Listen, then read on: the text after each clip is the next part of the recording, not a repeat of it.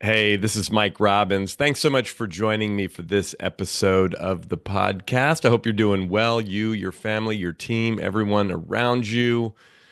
As I'm recording this, we're rolling through my favorite month of the year, May. I didn't record an episode last week. Things have been wonderful in my world. Lots of speaking and traveling and fun events. Although I was local last week, but had a series of events and didn't record an episode. So today I want to talk about something that I've talked about before, but in a little bit of a different context. I want to talk about the importance of presence, being present.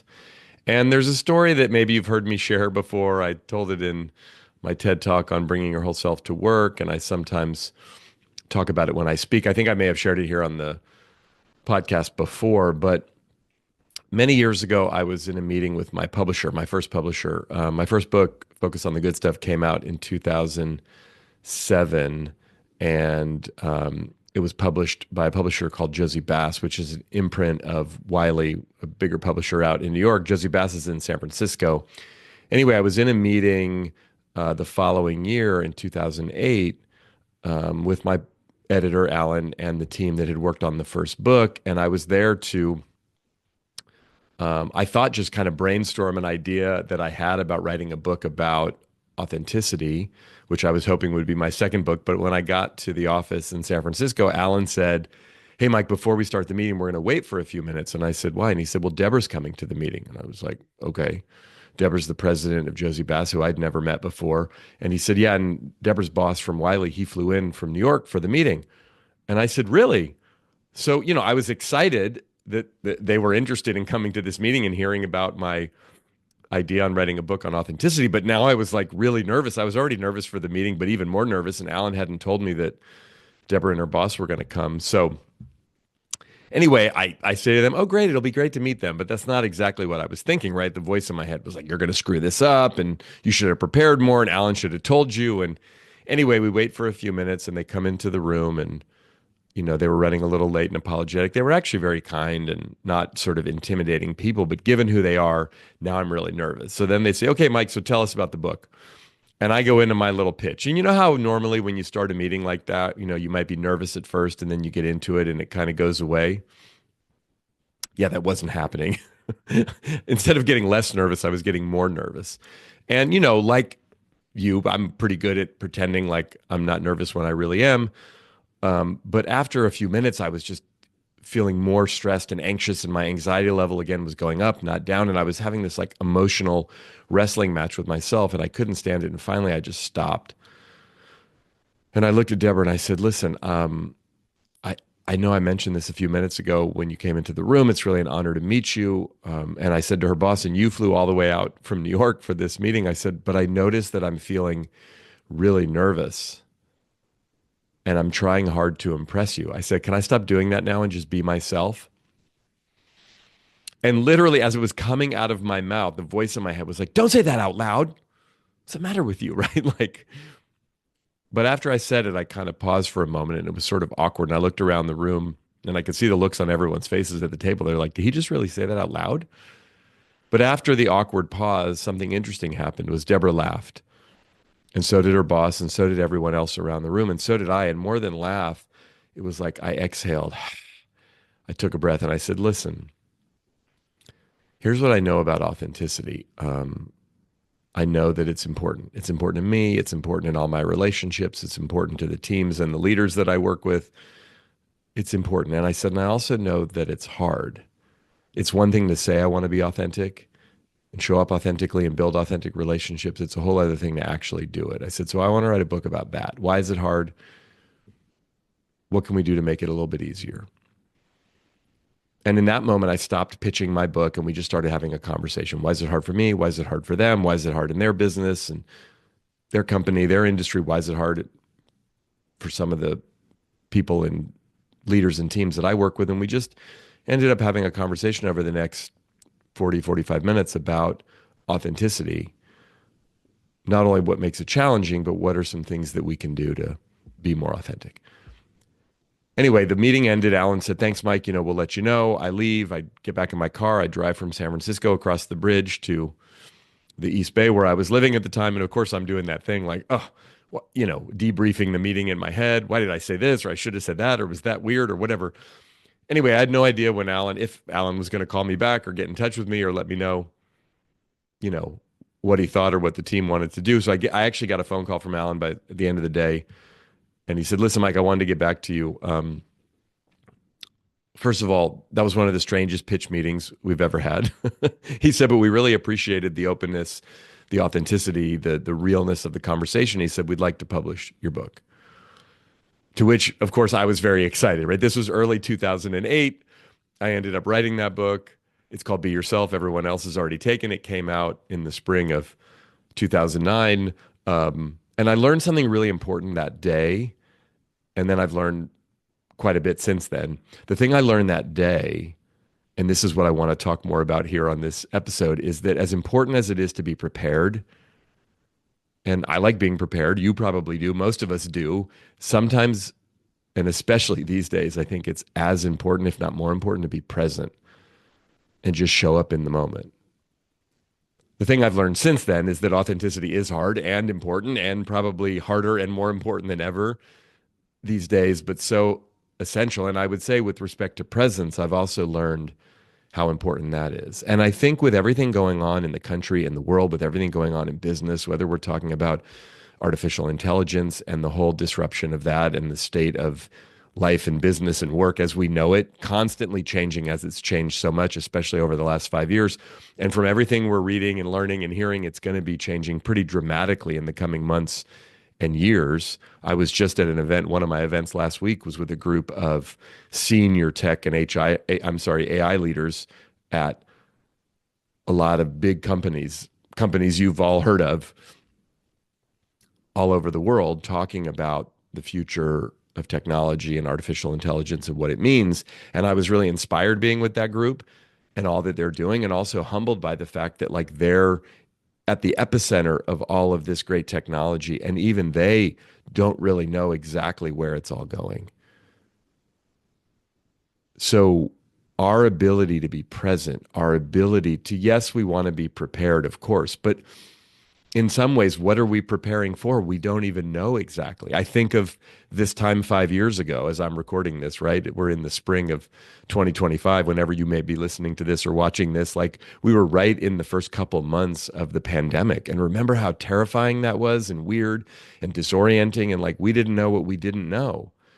And I'm not saying I want to go back there. And I'm not saying that that time was fun or easy. It wasn't. But like, we figured it out. And yes, it was bumpy and painful. And yes, we're still in some ways recovering from and reeling from and making our way through the impact of all of that. But we had to be present. We couldn't prepare for that. We weren't prepared for that. And we still figured it out anyway. I think about parenting all the time, right? Our girls, Samantha's now 19, Rosie's now 16. And it's like, I don't know what the hell I'm doing most of the time. I don't think anybody does. And it's like, I don't know, maybe the most important job of my life. So yes, can we do certain things that put us in a better position from a preparation standpoint? Of course we can. But ultimately, being present is as important, if not more important, than anything. So what can we do? Well, I mean, first of all, it's important to acknowledge it's difficult to be present, especially in today's world. We're distracted, we're busy, there's a lot coming at us. We have all this technology, which again, I love and hate at the same time. The fact that we have all this great technology is the fact that you can watch or listen to me right now, which is fantastic. You can do all kinds of things from all kinds of locations and create things and figure stuff out and communicate with people and connect. And how amazing is that? And it's so hard to be present, to just connect with the humans around us, the world around us.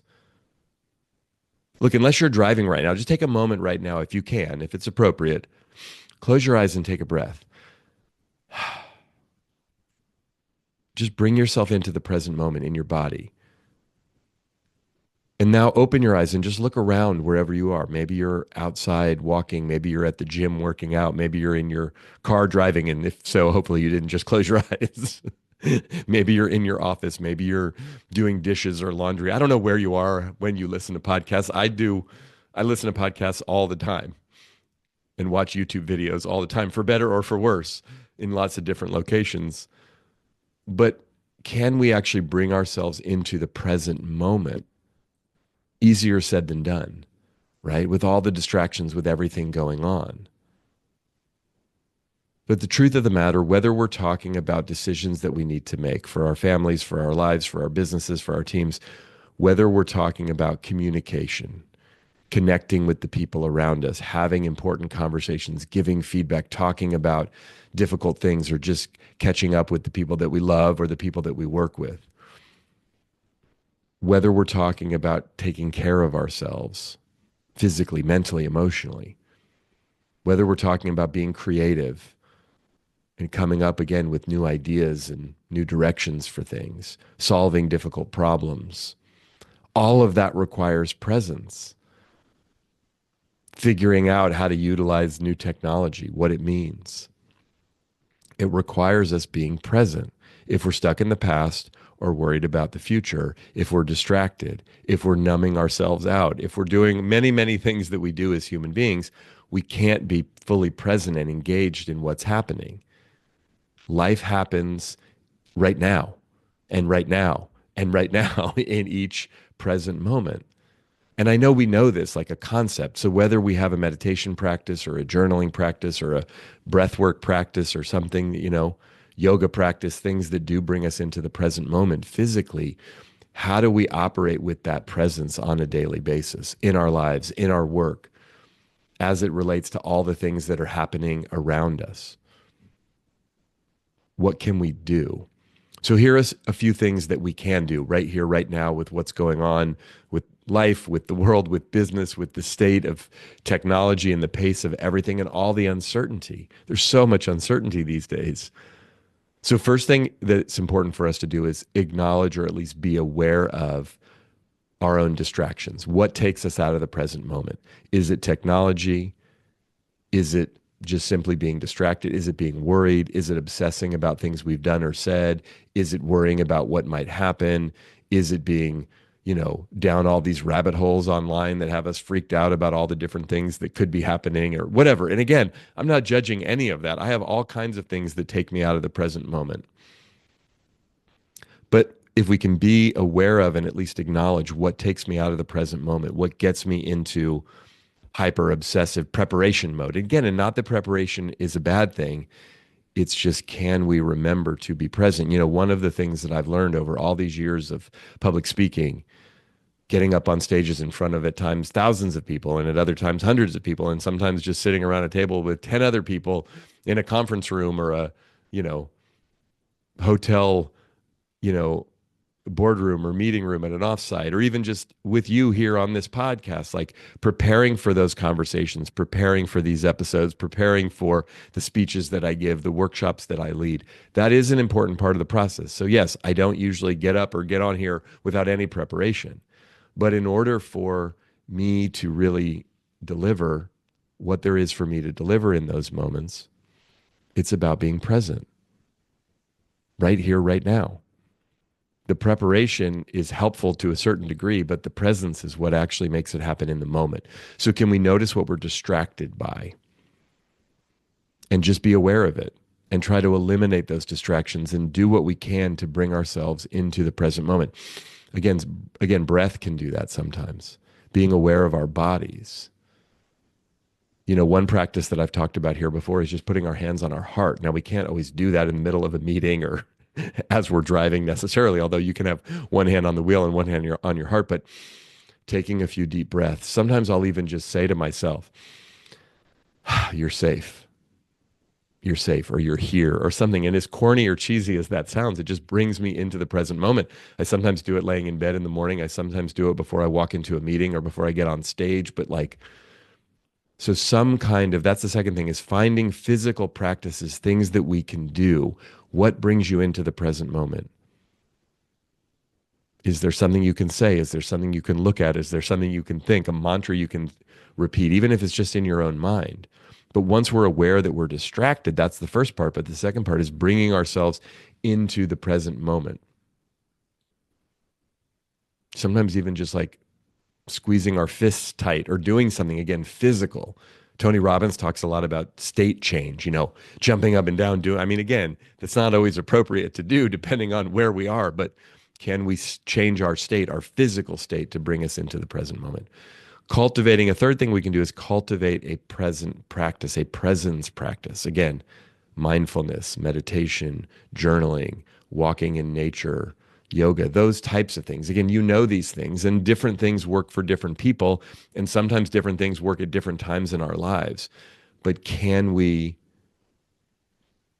cultivate that? It's not preparing to be present per se, although it is kind of. It's just like, again, developing a way in which our nervous system can really cultivate presence. That really matters. Another thing that can bring us into the present moment when we're with other humans, one on one or in a group, whether we're on Zoom or FaceTime or Teams, or we're actually sitting across from them, across a table or at a meal, is lower the water line on our iceberg. You've heard me talk about this before. It's a metaphor I use when I talk about authenticity, specifically vulnerability. Share a bit more about what's actually going on down below the waterline. What are we thinking? What are we feeling in real time, in present time? Like in that meeting that I had with the folks from Josie Bass, right? When I said, I noticed that I'm working really hard to try to impress you, right? Can I stop doing that now and just be myself? That was me lowering the waterline on my iceberg and bringing myself into the present moment. Sometimes another thing we can do is just use our senses. What do we see? What do we hear? What do we feel? What do we smell? Those things are all present moment experiences. Again, I know some of these things sound kind of simple and basic, and they're very kind of physical and tactile, but that's where the present moment actually happens, is right here, right now. With all that's going on in the country, in the world, with the economy, with uncertainty, with technology and AI and everything else, like, it's going to be challenging for us to be fully prepared for what's happening. What there is for us to do is show up and be as present as we possibly can with ourselves, with our families, our friends, our teams, the people around us. What's the next right thing we can do? And that doesn't mean we can't prepare for the month or the quarter or the year or for 5 years or 10 years or for retirement or for our 10-year vision. And, I do a lot of that. You know that if you watch this show or listen to this show, I'm constantly talking about goals and intentions, and especially around the new year or milestones or birthdays or things like that. But both things can be true at the same time. We can be prepared or do our best to prepare for the future, and at the same time know that the best laid plans, right? We have no idea what's coming next. Can we be present and trust that we will be able to deal with what comes our way?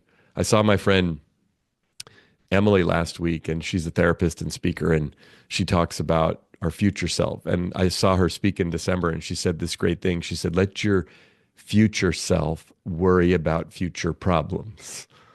Like, we waste a lot of time and energy worrying about what might be coming. And I do that too. I wish I didn't, but I do. But what if we just trusted the future version of me, whether it's a month from now or a year from now or 5 years from now, they will be equipped and present enough, hopefully, to respond to what may happen in those future moments.